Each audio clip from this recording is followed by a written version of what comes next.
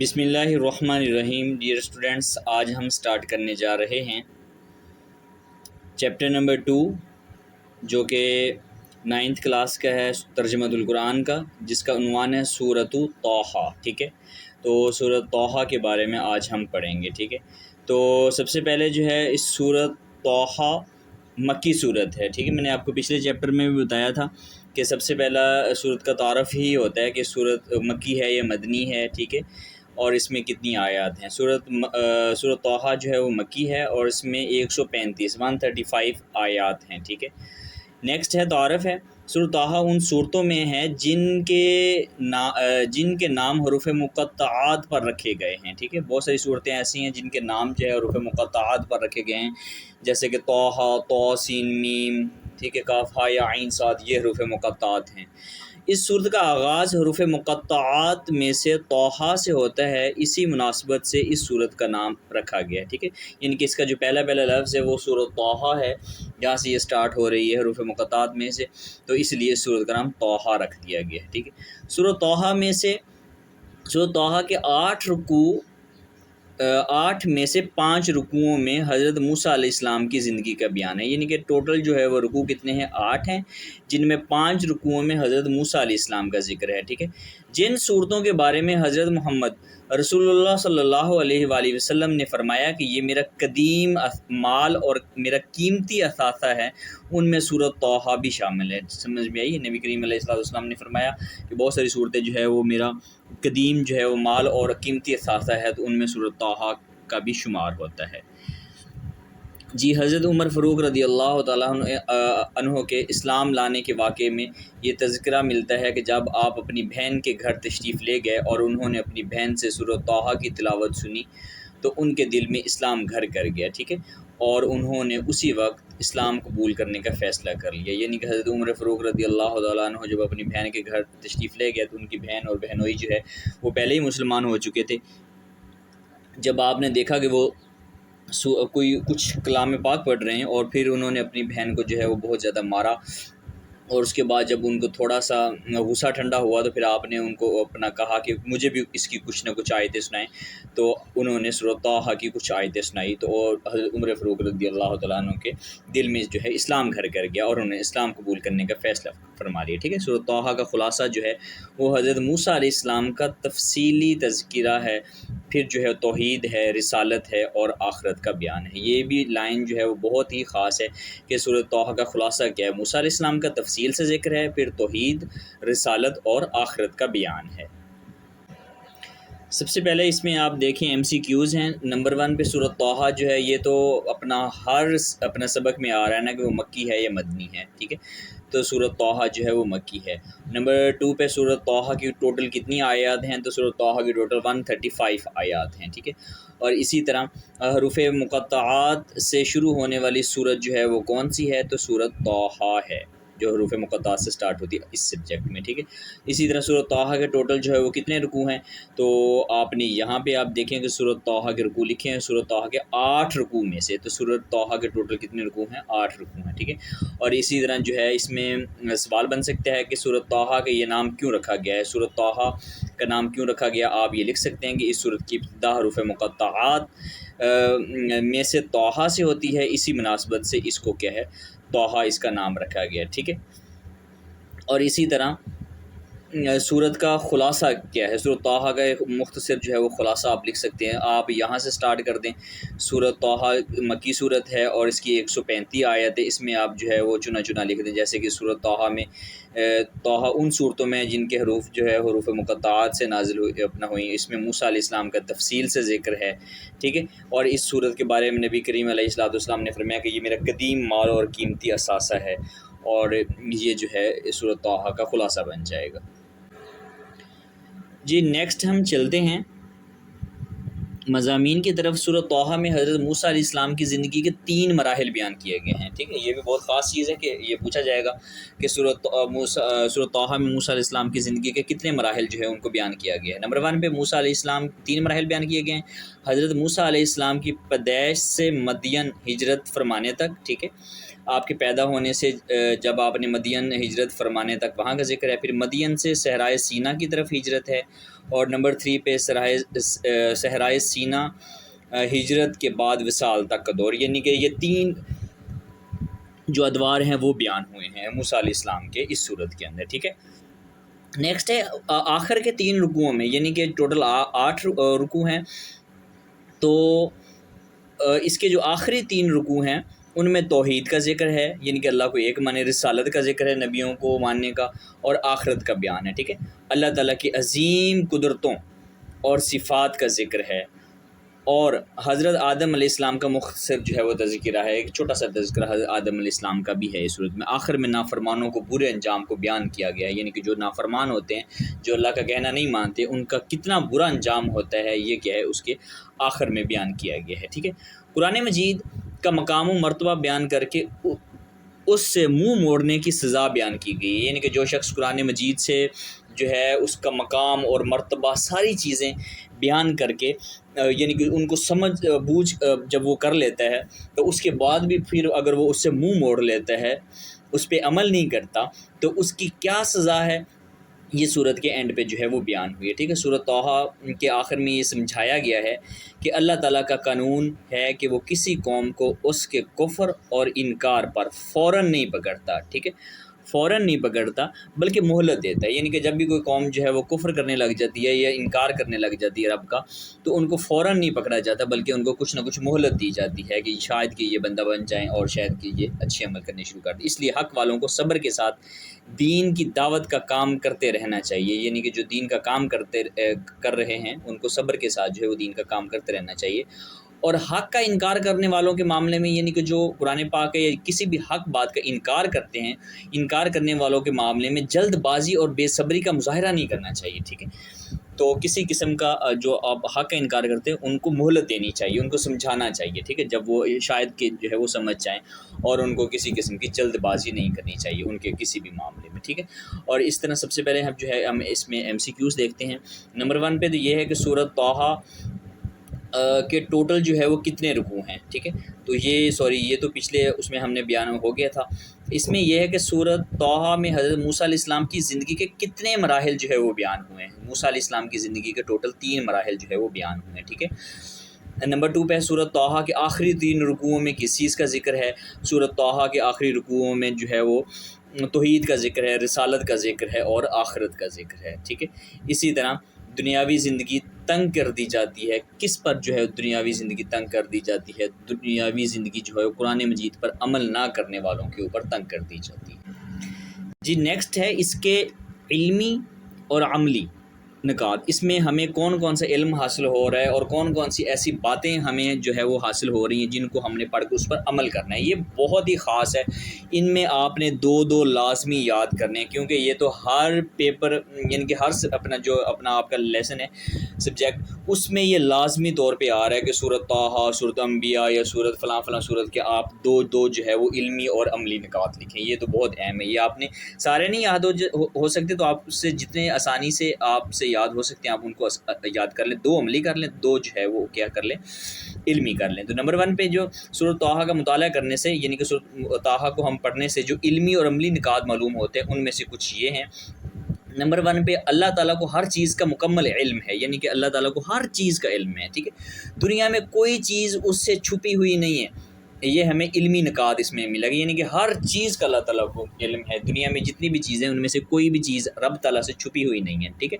Number 2 پہ دنیا اور آخرت کی سلامتی ان کے لیے ہے جو ہدایت کی پیروی کرتے ہیں، یعنی کہ دنیا اور آخرت کی سلامتی صرف ان لوگوں کے لیے ہے جو رب تعالیٰ کو ایک مانتے ہیں، جو سیدھے راستے پر چلتے ہیں، جو ہدایت کی پیروی کرتے ہیں۔ نمبر 3 پہ ہے نصیحت سے اعراض کرنے والے قیامت کے دن بہت پچھتائیں گے، یعنی کہ جن کو نصیحت کی جاتی ہے اگر وہ اس کو نصیحت کو نہیں مانتے تو وہ قیامت کے دن بہت زیادہ پچھتائیں گے، ٹھیک ہے۔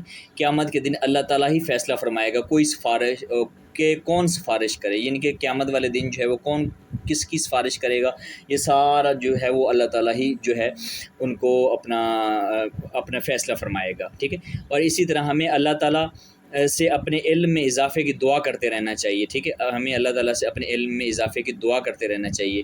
اور جو ہے شیطان ہمارا دشمن ہے جو وسوسہ ڈال کر ہم سے اللہ تعالیٰ کی نافرمانی کرانا چاہتا ہے۔ اس سے ہمیں یہ بھی علم ملتا ہے کہ شیطان تو ہمارا ہے ہی ازلی دشمن، ٹھیک ہے، اس نے کیا ہے وسوسہ انسان کے دل میں ڈال کر اس نے تو لازمی طور پہ کیا ہے اس نے کیا کرنا ہے کہ ہمیں اپنا برے راستے کی طرف لے کر جانا ہے، اللہ تعالیٰ کی نافرمانی کرانا چاہتا ہے۔ آگے ہے اللہ تعالیٰ نے انسان میں شرم اور حیا کی فطرت رکھی ہے، ہمیں بے حیائی اور بے پردگی سے بچنا چاہیے۔ عام طور پہ یہ ہوتا ہے نا کہ انسان جو ہے وہ کوئی بھی بات کرتا ہے تو وہ ایک حیا کے لہجے میں کرتا ہے، ایک ڈھکے چھپے لفظوں میں کر دیتا ہے تاکہ اگلا بندہ سمجھ جائے، ٹھیک ہے۔ بے شرموں کی طرح بات نہیں کرنی چاہیے کہ اگلے بندے کے منہ کے اوپر بات مارے کھول کے، نہیں، شرم و حیا جو ہے وہ انسان کی فطرت کے اندر رکھی ہوئی ہے، انسان کو بے حیائی اور بے پردگی سے جو ہے وہ بچنا چاہیے، ٹھیک ہے۔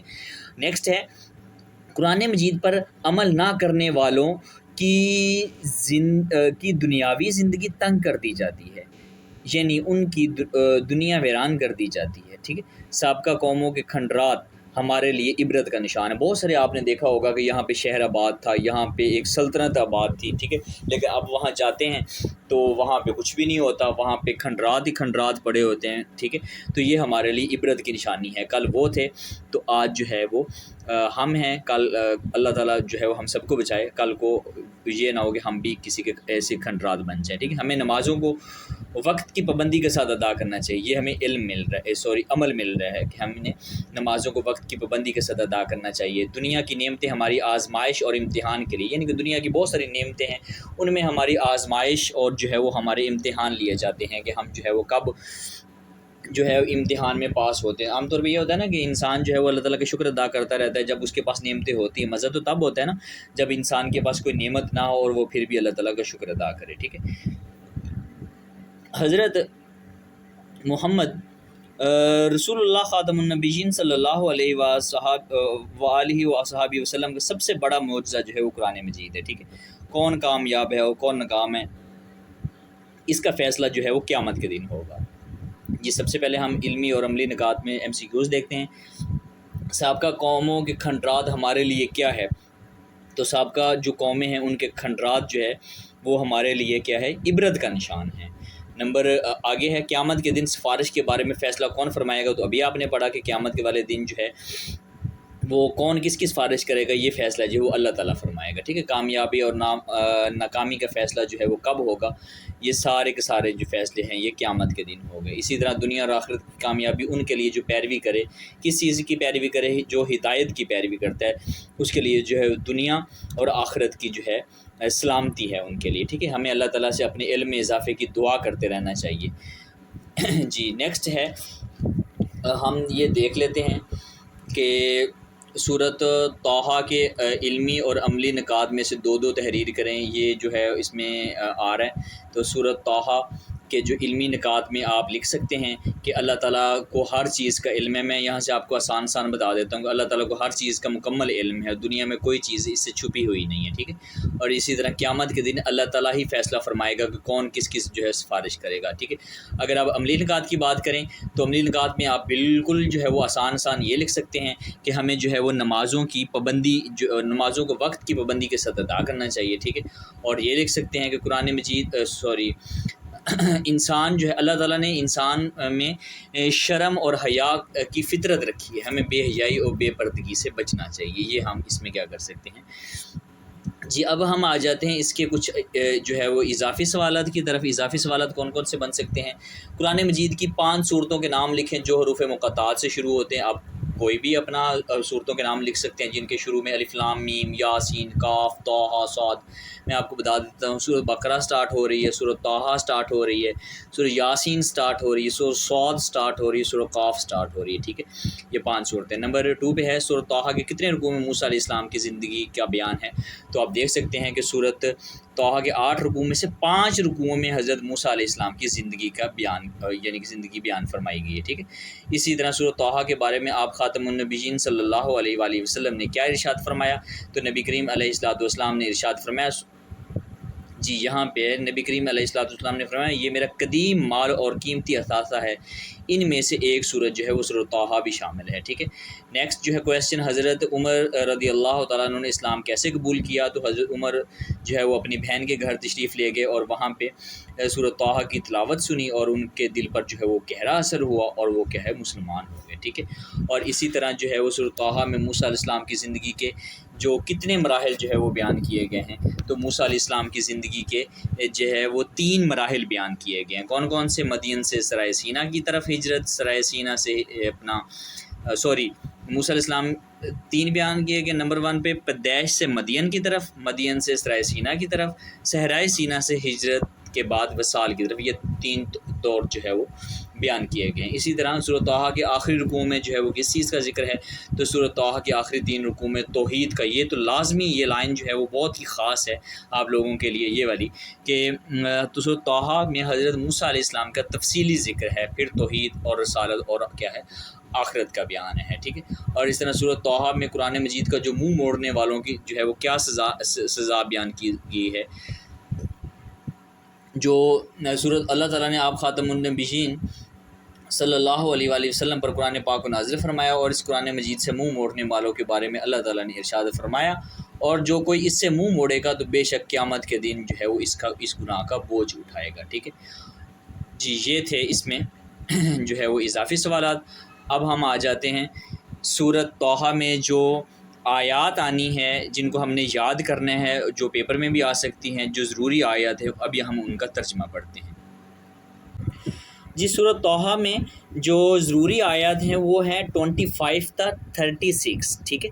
25 تا 36 جو ہے وہ آیات جو ہے وہ اس میں لازم ہیں، یہ آپ دیکھیں یہاں سے، ٹھیک ہے۔ قال رب اشرح لی سے یہ آپ نے یہاں سے لے کر یہ 25 آیت نمبر ہے، اور اپنا یہاں تک 37 تک جو ہے وہ یہ ضروری آیت ہیں۔ یہ جو اپنا پہلی رب اشرح لی صدری ویسر لی امری واحلل عقدۃ من لسانی یفقہوا قولی، یہاں تک جو ہے وہ ایک دعا بھی بن سکتی ہے کہ جس اسٹوڈنٹس کو جو ہے وہ کوئی لفظ زبان پہ نہ چڑھتا، وہ اٹک جاتا ہو، تو اس کو یہ دعا پڑھنی چاہیے۔ چلیے ہم اس کو سٹارٹ کرتے ہیں، لفظ ترجمہ یاد کرتے ہیں۔ بالکل ایزی سا اس کا ترجمہ ہے، بہت ہی آسان ہے، ٹھیک ہے۔ آپ اگر تھوڑی سی توجہ کریں گے تو انشاءاللہ آپ لوگوں کو دیکھنا کہ بہت جلدی جو ہے وہ سمجھ آ جائے گا۔ نمبر 1 پہ ہے قالا۔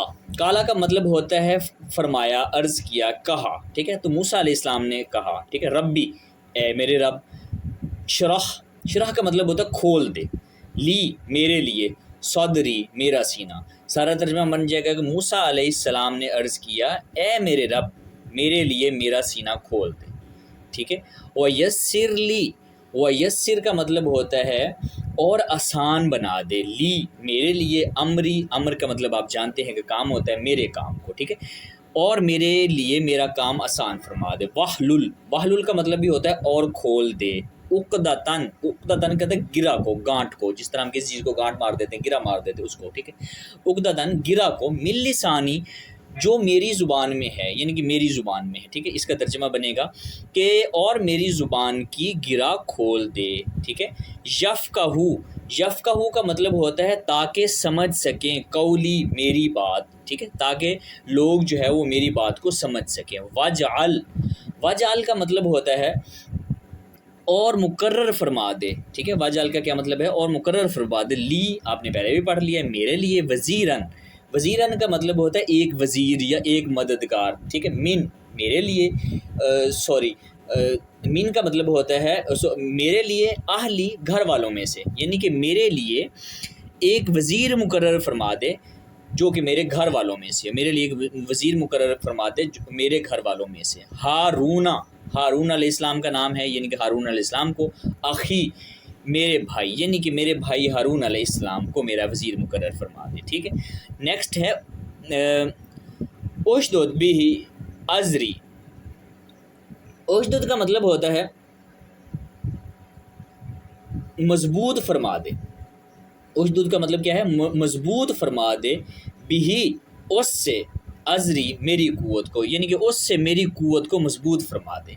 واشرک اور اسے شریک فرما دے، فی امری میرے کام میں، ٹھیک ہے، اور اسے میرے کام میں شریک فرما دے۔ کئی کا مطلب ہوتا ہے تاکہ، نسبحک ہم تیری پاکی بیان کریں، ہم تیری تسبیح بیان کریں، کثیرا کثرت سے، ٹھیک ہے، تاکہ یکجا ہو کر ایک ہی اپنا اس میں ہو کر ہم کثرت سے تیری پاکی بیان کریں۔ جی نیکسٹ ہے وَنَذْكُرُكَ كَثِيرًا۔ وَنَذْكُرُكَ کا مطلب ہوتا ہے اور ہم تیرا ذکر کریں، ذکر کریں یا ہم تیرا ذکر کریں، کثیرا کثرت سے، ٹھیک ہے، کثرت سے ہم تیرا ذکر کریں۔ ان کا مطلب ہوتا ہے بے شک تو، کنتا تو ہے، بنا ہمیں، بصیرا خوب دیکھنے والا، یعنی کہ سارا ترجمہ بن جائے گا بے شک تو ہمیں خوب دیکھنے والا ہے، بہت ہی آسان سا ترجمہ ہے، ٹھیک ہے۔ نیکسٹ ہے قالا، انہوں نے قالا کا مطلب ہوتا ہے کہنا، فرمانا، اللہ نے فرمایا، قد اوتیتو تمہیں دے دیا گیا، تمہیں عطا کر دیا گیا، تمہیں دے دیا گیا، سؤلا کا جو تم نے مانگا، جس چیز کا تم نے سوال کیا، یا موسیٰ اے موسیٰ، یعنی کہ اللہ نے فرمایا اے موسیٰ تمہیں دے دیا گیا جو کچھ جو ہے وہ تم نے مانگا ہے۔ جو ہے وہ نیکسٹ آیت ہے جو کہ بالکل لاسٹ ہے، وَلَقَدْ سوری کہاں گیا، یہاں پہ وَلَقَدْ مَنَنَّا عَلَيْكَ مَرَّةً أُخْرَى۔ وَلَقَدْ کا مطلب ہوتا ہے اور بے شک، بے شک ہم نے احسان کیا، مننا کا مطلب کیا ہوتا ہے، ہم نے احسان کیا، علیکا تم پر، مرتن ایک بار، اخرا اور بھی، اور بے شک ہم نے تم پر احسان کیا تھا ایک بار اور بھی۔ سمجھ میں آئی؟ یہ تھی آیات جو کہ 25 سے 37 تک ہے، انہی کا امتحان لیا جائے گا اور یہی آپ نے یاد کرنی ہے اور انہی کے بارے میں جو ہے وہ پیپر میں پوچھا جائے گا۔ جی یہ سورت کا اینڈ ہے، یہاں پہ آپ دیکھیں، یہاں پہ لکھا بھی ہوا ہے کہ سورت طٰہٰ کی آیت 25 تا 37 کے بامحاورہ ترجمے کا جو ہے وہ امتحان لیا جائے گا، ٹھیک ہے، اور اس میں جو ہے وہ دعائیں بھی شامل ہیں، رب اشرح لی صدری ویسر لی امری، بہت اچھی بات ہوگی اگر آپ ان کو جو ہے وہ زبانی یاد کر لیں۔ دوسری دعا جو ہے وہ ربی زدنی علما ہے، ٹھیک ہے۔ یہاں پہ ذخیرہ الفاظ آ جائیں گے کیونکہ آپ کو جانتے ہیں کہ الفاظ میں سے بھی جو ہے وہ کویسچن آنا ہے۔ صدری کا مطلب ہوتا ہے میرا سینہ، ٹھیک ہے، اشرح کھول دے، احلل کھول دے، اس کا مطلب بھی ہوتا ہے کھول دے، ٹھیک ہے، یسر آسان کر دے، اخی میرا بھائی، لسانی میری زبان، ازری میری کمر، ٹھیک ہے، میرا سہارا میری کمر، کچھ بھی کر سکتے ہیں، اشدد مضبوط کر دے، نسبحک ہم تیری پاکی بیان کریں، ہم تیری تسبیح بیان کریں، کئی تاکہ، قد یقیناً، بصیرا خوب دیکھنے والا ہے، مرتن اخرى ایک مرتبہ اور بھی، مننا ہم نے احسان کیا، ٹھیک ہے۔ یہ تھے اس کے الفاظ کے معنی جو کہ آپ نے یاد کر لینے۔ اگر آپ ترجمہ اچھی طرح یاد کر لیتے ہیں تو آپ کو کسی قسم کے الفاظ معنی جو ہے وہ یاد کرنے کی ضرورت نہیں پڑے گی، یہ ویسے ہی یاد ہو جائیں گے، ٹھیک ہے۔ نیکسٹ ہے حدیث نبوی صلی اللہ علیہ وسلم میں حضرت محمد رسول اللہ صلی اللہ علیہ وسلم نے یوم عاشوراء کے بارے میں ارشاد فرمایا، اس دن اللہ تعالیٰ بنی اسرائیل کو فرعون سے نجات عطا فرمائی، اس لیے اس دن موسیٰ علیہ السلام نے روزہ رکھا تھا، تو تم سے زیادہ موسیٰ علیہ السلام سے تعلق رکھتا ہوں، ٹھیک ہے۔ چنانچہ آپ خاتم النبیین صلی اللہ علیہ وآلہ وسلم نے اس دن روزہ رکھا اور صحابہ کرام کو بھی اس کا حکم دیا، یعنی کہ یوم عاشوراء کو 10 محرم کو، ٹھیک ہے جی۔ یہاں پہ ہم جو ہے وہ آ جاتے ہیں اس کی مشق کی طرف۔ جو ہے آپ جانتے ہیں کہ ہر ایک سبق میں جو ہے وہ ٹوٹل 5 سوالات ہوتے ہیں، تو اس میں سب سے پہلا سوال جو ہے وہ اپنا اس کا ہے مشق کا، کہ آپ انہیں MCQs جو حل کرنے ہیں معروضی۔ اس میں سب سے پہلے دیکھیں موسیٰ علیہ السلام کا تفصیلی ذکر جو ہے وہ بہت ایزی ہے، سورۃ طٰہٰ میں ہے، ٹھیک ہے۔ سورۃ طٰہٰ کو سن کر مسلمان کون ہوئے تھے؟ حضرت عمر رضی اللہ تعالیٰ عنہ۔ حق کا انکار کرنے والوں کے بارے میں مظاہرہ کرنا چاہیے، جو حق کا انکار کریں ان کے بارے میں ہمیں جو ہے وہ صبر و تحمل سے جو ہے وہ ہمیں کام لینا چاہیے، ٹھیک ہے۔